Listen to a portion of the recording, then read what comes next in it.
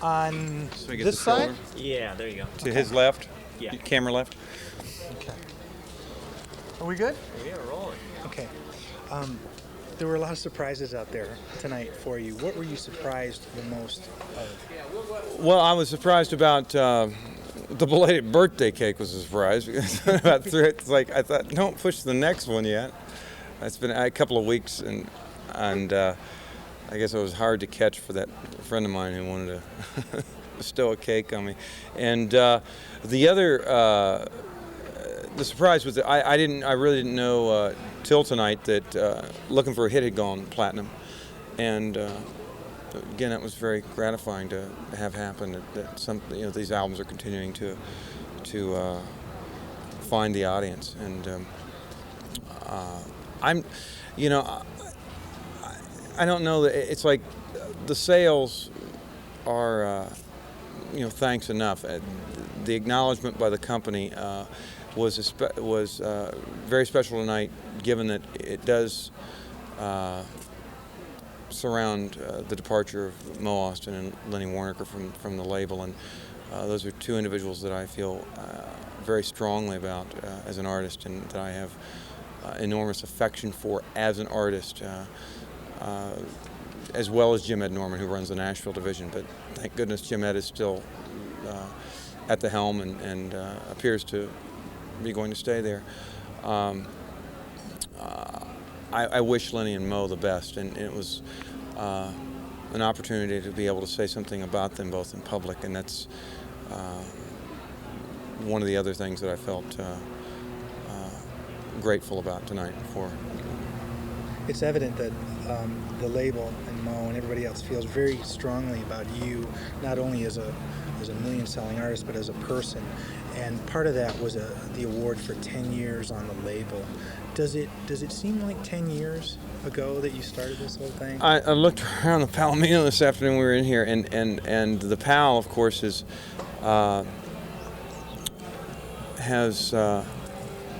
had some ups and downs the last 10 years, and due in no small part to the passing of one of the two original owners, Tommy Thomas, who was the brother of Billy Thomas, who founded the Palomino, or opened the Palomino, I guess in '52, I think. I'm not real sure if I'm accurate or not.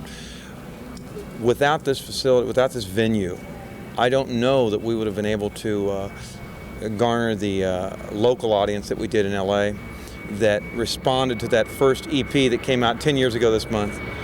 And I guess I can let the jet pass overhead. That hadn't stopped. Actually, what we heard inside earlier might have been, I thought, some air traffic from Burbank, broadcasting. That's never ended. And when you played here, when you watched a show here, you just had to put up with the jets in the approach path at Burbank here at the airport. This particular venue is very special to me, and we're doing this benefit tonight in part to help Sherry Thomas in her efforts to maintain this as a performance venue for any artist locally and as well as national artists to come through and perform, and for an audience to have a very immediate access to those artists. The first show I think I ever saw here of a named performing artist was, I believe, George Thorogood in '78, about a year after I'd moved out to the West Coast. I came here in '77. And, I remember the feeling of just kind of being in a landmark like the Palomino and watching someone that I I possessed records of at such close proximity, and watching someone with an extreme passion for their music perform. I then saw Jerry Lee Lewis, who is an icon, in the same month or so period perform at this club, and was within touching distance as he came through the crowd. So I think it's important that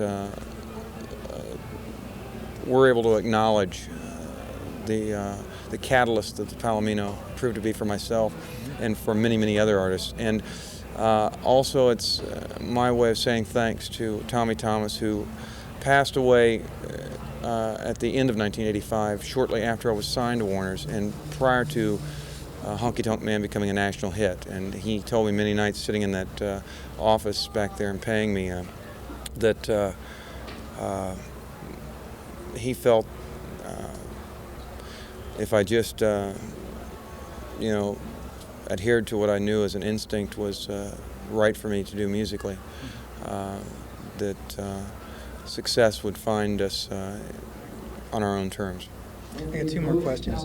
My first job was in Huntington, West Virginia in 1984, and they were talking about this young guy from Pike County who was making it. What kind of a road has it been for you now that you look back a whole decade being out here and in Nashville? You know what? It's been a great ride. I've been very blessed. This past 10 years has been one continuous birthday, and I mean that. It's to be able to perform music and make a living doing just that was, I think, a very modest and initial goal. But to be successful on the level that we've been able to succeed has been a blessing beyond what I had expected or was willing to accept, and I'm just thrilled to have had the opportunity to make music and make my living doing that the last 10 years. And with that in mind, is this time the best album yet for you? You know what? Every album that I make, I'm trying to, in some way, better articulate my emotions through music, and I feel satisfied with the current endeavor until I'm ready to do it again, and I'm not unsatisfied yet with this time. Thanks for your time. Mm-hmm. Appreciate it. Well, it's good to meet you. Good talking. Take care. Thanks, Tom.